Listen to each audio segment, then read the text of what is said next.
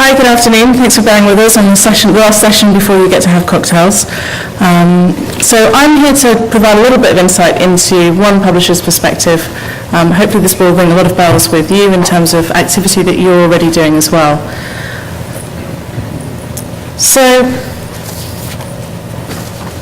for those of us who are publishers, and in fact those of us who are librarians, we serve many customers. Publishers serve not only authors, readers, librarians, advertisers, funders, institutions. But for us at Nature Publishing Group, we very much see the researcher as being at the heart of our business, and increasingly are really trying to make sure that in our thinking we are putting the researcher at the centre.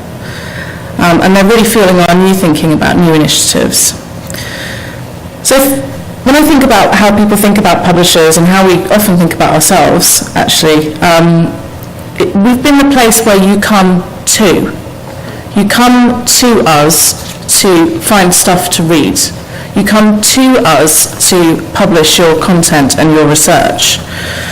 Well, maybe we need to start going there, wherever there is. And I think if there's one thing I have to say this afternoon, it's there's more than one there. And we probably need to be in most of them in some way. And that's quite a challenge and can be quite intimidating, actually. I really enjoyed both of the keynotes, both Rick Joyce's keynote yesterday evening and Chris's keynote this morning. And in his keynote yesterday, Rick was talking about a number of paradigm shifts and innovation. And he was talking about a shift to a service model. And at Nature Publishing Group, we would very much agree with that. And we think that the role of the publisher is really changing, actually. And this diagram shows kind of the everlasting eternity eclipse that is the researcher's life cycle, certainly in the life sciences, and where my background is from in terms of publishing. And researchers go round and round this loop again and again through their careers. They don't have a linear experience with all of these things that they're trying to do. And traditionally, publishers are seen right in the middle, that bit there, publishing their research, and then the top right in terms of learning about new ideas.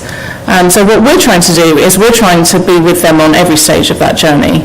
And that's a big ambition, and we're nowhere near doing all of that, but we are trying to make progress towards it. But just taking a step back for a second and thinking about where we've come from. So once upon a time, there was a journal called Nature, first published in 1869, and distributed exclusively in print, as you might imagine, in 1869.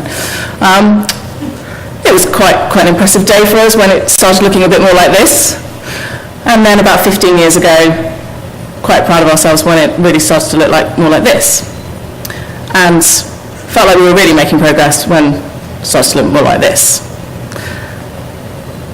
But then this happened.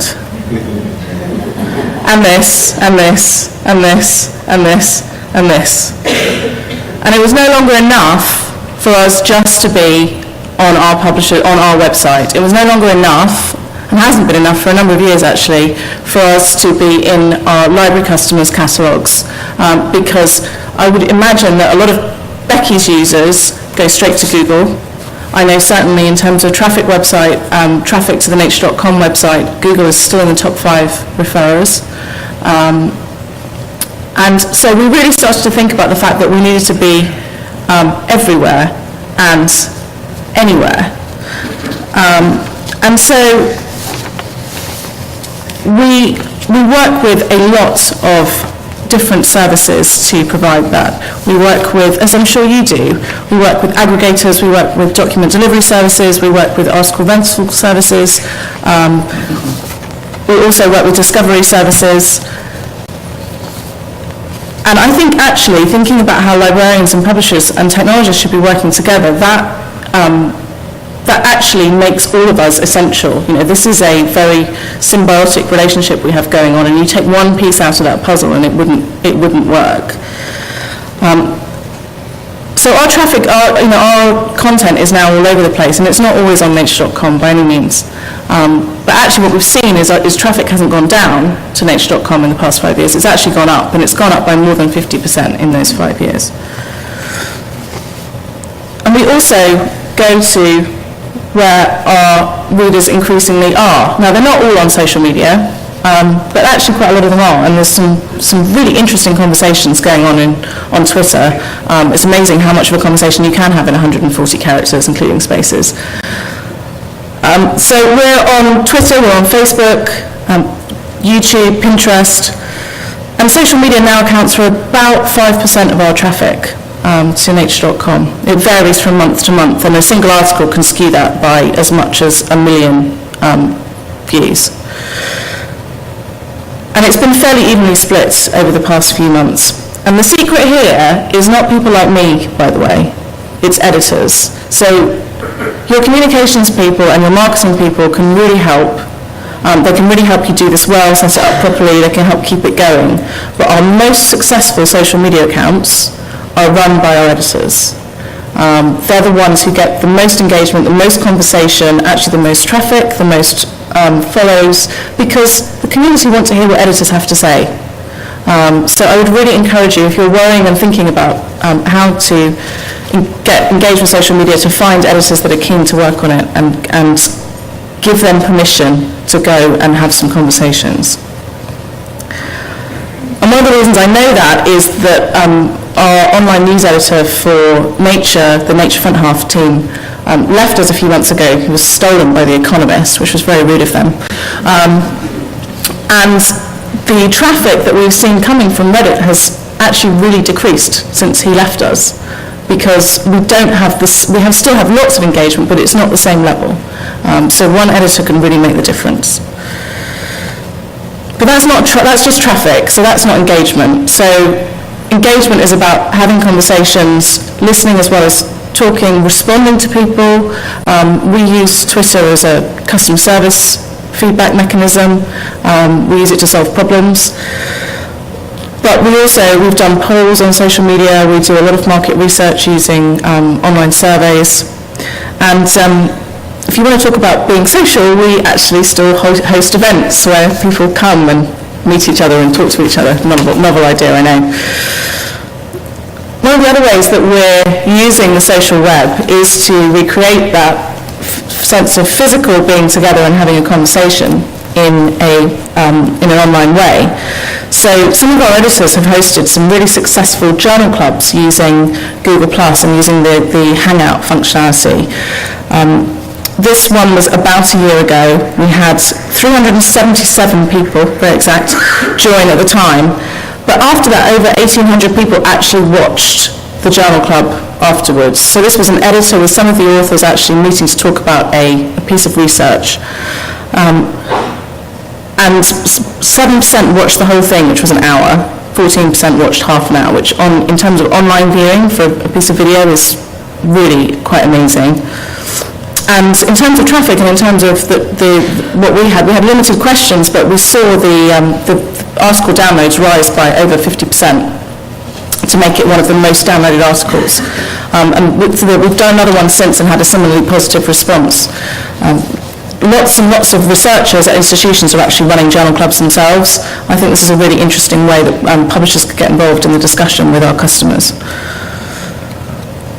We're also working with Frontiers. We became strategic partners with Frontiers, which is an open access publisher, last year. And they're developing an environment that brings together publication, commenting, networking, blogs, videos, and events. So all the authors and editors at Frontiers have a profile on their network, and they're feeding the publications into this social networking service so people can actually comment, they can actually find collaborators. And they've seen quite an increase in their page views after the network launched. And they have altogether about 140,000 profiles on the network.